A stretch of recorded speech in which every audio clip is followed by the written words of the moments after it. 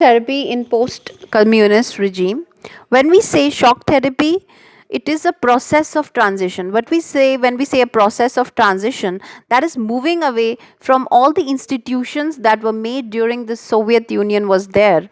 That is the communist system was there. From there, the movement towards capitalism, economic liberalization, privatization, opening up of international trade, removal of trade barriers. This is all economics, right? So, move all this economic transition, removal of collectivization was influenced and facilitated by World Bank and IMF in the countries that had been formed after the disintegration of Soviet Union. It varied in intensity and speed. That means it happened in different places at with different intensities. Somewhere it was very fast. The Russian oligarchs actually gave up their power and facilitated privatization, whereas in some parts like Central Asian countries it happened in a very messy way. A lot of civil wars took place, different disintegration process. It was insurgency, separatism within those countries also.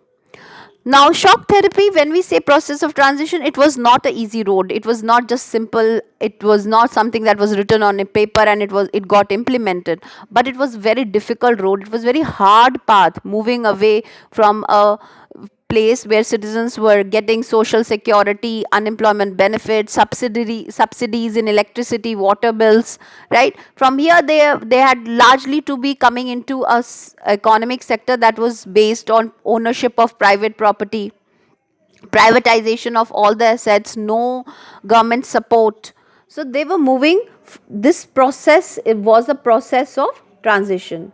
Now, features of shock therapy. When we talk about features of shock therapy, it was a shift or a movement towards the capitalist economy. When we say capitalist economy, we say that here all the means of production are privately owned, right? So the profit also goes to the owner of the owner, the one who is having the ownership, whether land, labor, capitalist, land, labor, capital, and entrepreneurs, right? There was change in external orientation. Initially, they were doing trade among themselves, right? They were buying from certain provinces raw materials, selling the finished goods. We have read that Soviet Union was producing from pin to aeroplanes, everything was produced in their country. Now, when we say change in external orientation, they opened up to international trade. They removed their trade barriers. Now they could do trade among themselves and to also with the other countries of the world.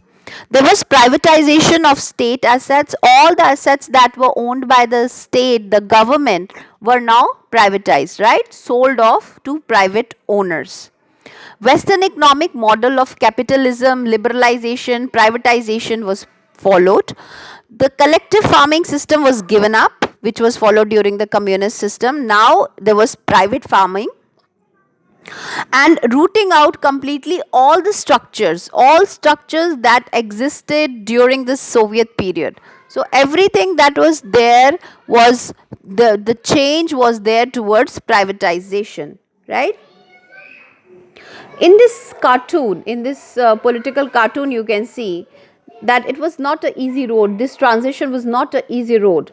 How the Soviet economy was first, they are trying. See, you can see in the cartoon, there's a person who is trying to repair this broken down car. This broken torn car is the Soviet economy, is signifying Soviet economy. You can see all its parts have been shattered and they are all scattered around on the floor. And to mend this car, that is to mend this economy, was a very big task. It was not an easy task. It was not a simple transition that had to be followed. It was a difficult task. Consequences of shock therapy. It comes as a 6-marker question. When we say consequences of shock therapy, there happened the world's largest garage sale in Russia. All the industries that were actually owned by the government were sold off to private owners. They were devalued and sold off at half the cost of the industry, or not even half the cost, maybe quarter a cost of what the industry actually its rates were. All the people were given certain vouchers. Every citizen of Russia could participate in it because they were given vouchers. But since there was scarcity of basic necessity food, and they needed some basic items for their survival, people had actually sold off their vouchers in black markets. And in black market, mafia and the Russian oligarchs, the Russian aristocracy, started having lot of vouchers, and they bought these government owned companies which were very very expensive at menial cost with the help of those vouchers.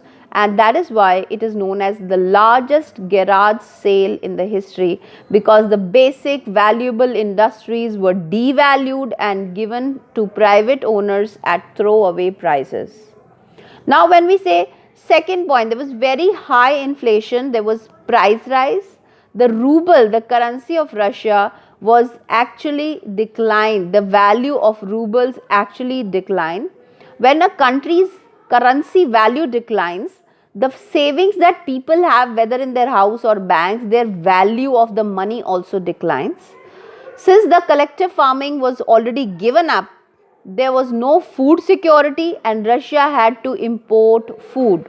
So, a country that was actually a big power before disintegration had now to import food, basic food items from other countries.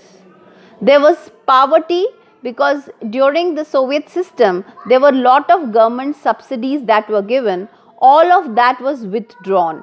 Now, when we say government subsidies are withdrawn, what happens is the poorest and the marginalized people are the ones who suffer the most, right? You can see in the photograph also, people are selling their basic things like shoes, bags, food items, which they actually own. And when this disintegration happened, the educated people moved out of Russia, the intellectual people moved out and went to other Western countries. There emerged a very big mafia which was actually controlling the market, right? Because this mafia had to somehow get control of the vouchers given by the government. So there emerged a mafia who was actually black marketing, and they started controlling the whole market and the economy during that time. There was large scale economic inequality. You can see the rich people, and among the rich people also the richest, a few people, they were earning very high, and the poor people were earning very less. So the gap between rich poor, the basic cause of implementing of the communist system was to bring in equality, to remove the gap between rich and poor. But with the coming up of shock therapy, this actually increased the gap between rich and poor, and extremely rich people and the poor people also increased. There was these countries that had been formed after the disintegration of Soviet Union, like Turkmenistan, Uzbekistan. These new countries that were formed after disintegration, they wrote their constitution in a very hush-hush. Now, they had written the constitution, right? They chose their presidents, and when they chose their presidents, these presidents were chosen for 10 years, and they got themselves re-elected for 10 more years. So all the powers were started getting concentrated in the hands of the president, that is the executive. And whereas the whole system of legislature, separation of powers, legislature, executive, judiciary, doing separation of powers, all this thing was still not functional there. There was no judicial culture, so judiciary could not really do anything when executive was doing so much concentration, authoritarian, and had become totalitarian in themselves. Seventh, and the very important point, and also comes as a separate question: what were the tensions and conflicts in the former Soviet republics? The civil war and insurgencies in the former Soviet republic. First, in Russia only, there were two republics, Chechnya and Dagestan. They declared themselves free after having successionist movements, and they were very violent. When we say violent, Russia actually bombarded these Chechnya and Dagestan, these two places with their military and their weapons. There was lot of human rights violation, and despite this they were still able to declare themselves republic. In Central Asian countries like Tajikistan, there was civil war, and this civil war actually continued up till 2001. And there was lot of sectarian conflict. Sectarian conflict means two sects, two different cultural people are having conflict. So in Tajikistan also up till 2001 there were conflict. In Azerbaijan, there were local people who wanted Azerbaijan to join Armenia.